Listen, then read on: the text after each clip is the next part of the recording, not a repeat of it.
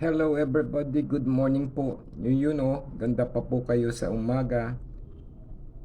In today's episode 141, part 2 na po to ng ating Strange Love. Natatawagin natin sa pamagat na masakit na alaala na bersyon ni tatay at ni nanay. Kung maalala po natin, binahagi ng ating kapards na si Angel yung mga sakit na naranasan niya sa kanyang asawa.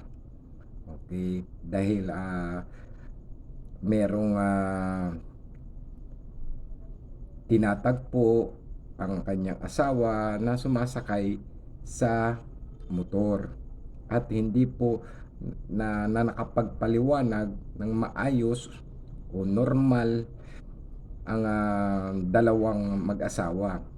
Kumbaga, na-miss po yung pagiging yung pag-uusap o magkaroon ng communication channel. Masana kasama ang Panginoong Hesukristo o ang Diyos sa buhay nila bilang mag-asawa. Okay? Pero bago po tayo magsimula, okay, samahan niyo muna akong manalangin. Let us all feel the presence of God and let us pray. In the name of the Father, and of the Son, and of the Holy Spirit. Amen. Lord Jesus, may the testimony of our words and our life be like a salt for all mankind. For the food we are going to eat, we must have strength and energies so we may not fail. Give us the blessing of your power and joy to Christ our Lord. Amen. In the name of the Father, and of the Son, and of the Holy Spirit. Amen. Okay, number 5. Nasabi rin sa akin ng kanyang kaibigan na umaalis siya ng bahay o lumalayas siya nakasama ang kanyang mga anak dahil ayaw niyang nakikitang nagwawala ako kapag nakainom at ayaw niyang rin makita na umiyak ang kanyang mga anak.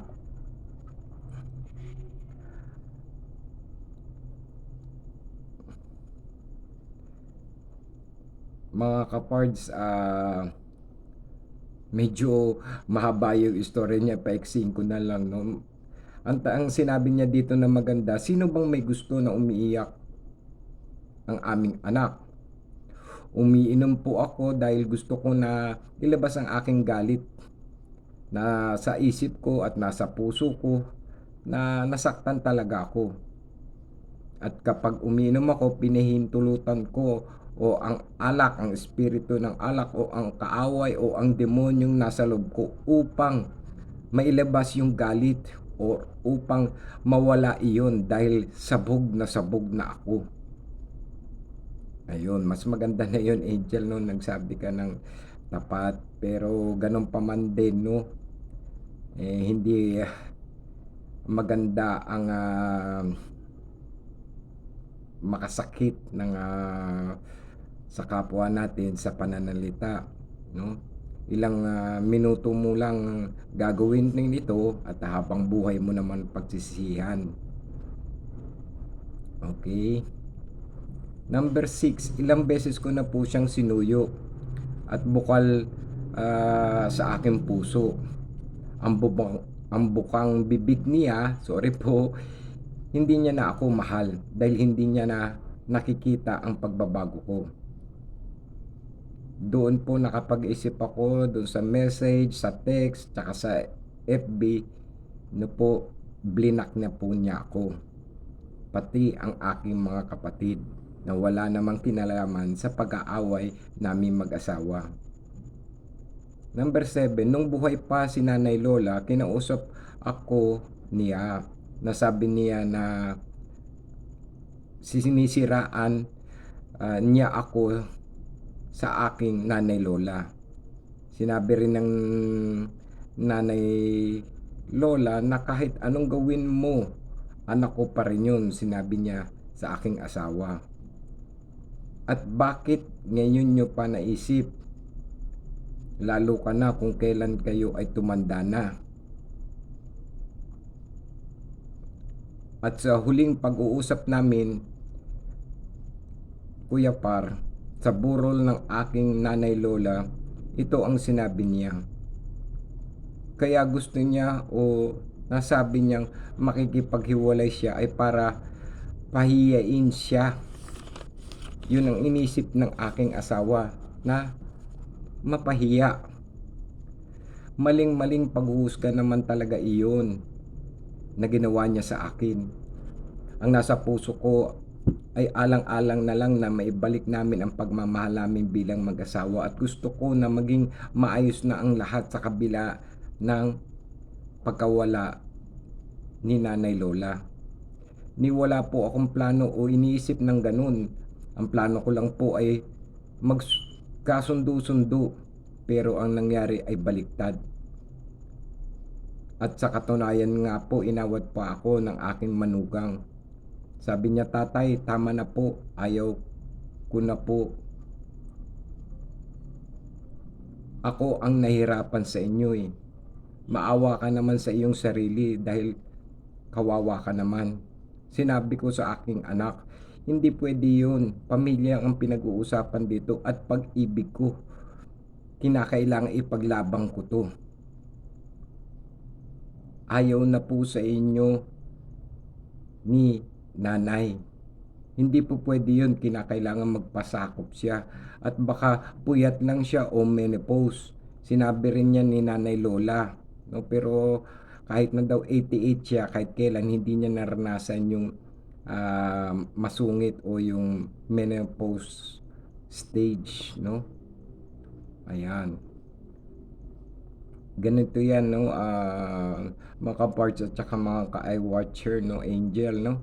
Narito naman ang katanungan ko para doon sa asawa mo. Okay? Na na naguguluhan ako. Okay? Dahil bakit na humantong sa ganung sitwasyon, no? Doon pa sa burol, no? Yun nga, baliktad nga ang aking pananaw, no, na nasabi ng ayong asawa na gusto niya na makipaghiwalay, no, sa harapan ng tao. Hindi maganda yun eh. Naghahayagan na kayo ng sama ng loob. Okay, nawala na yung paggalang sa iba, kaya naging parang animal na kayo bilang mag-asawa.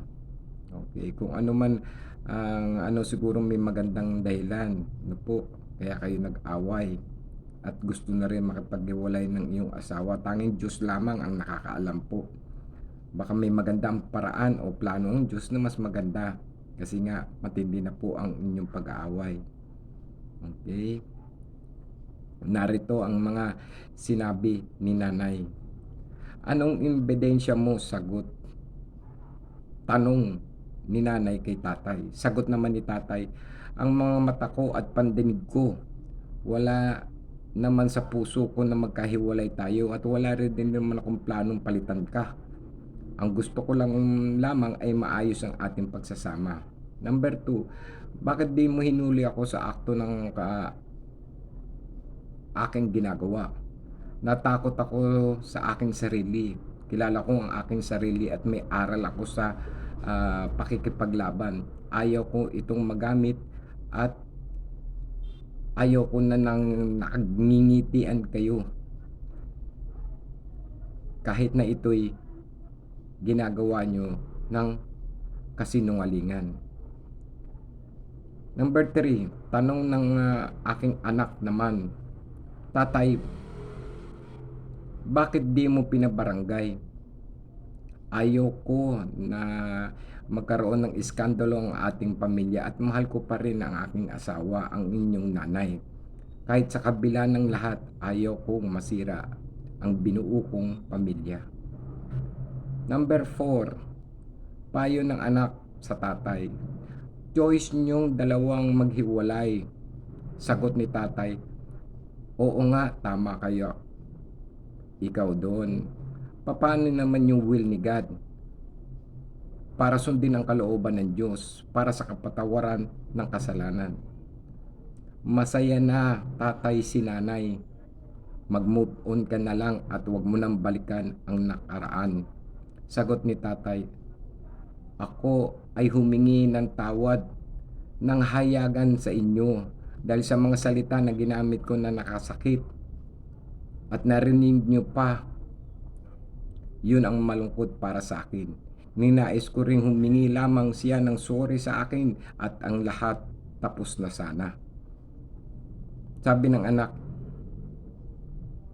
naman ng panganay, hindi si tatay ang nagbago, kundi si nanay. Nauunawaan ko si tatay. Maraming tao, sagot ng tatay, na hindi nakakakilala sa akin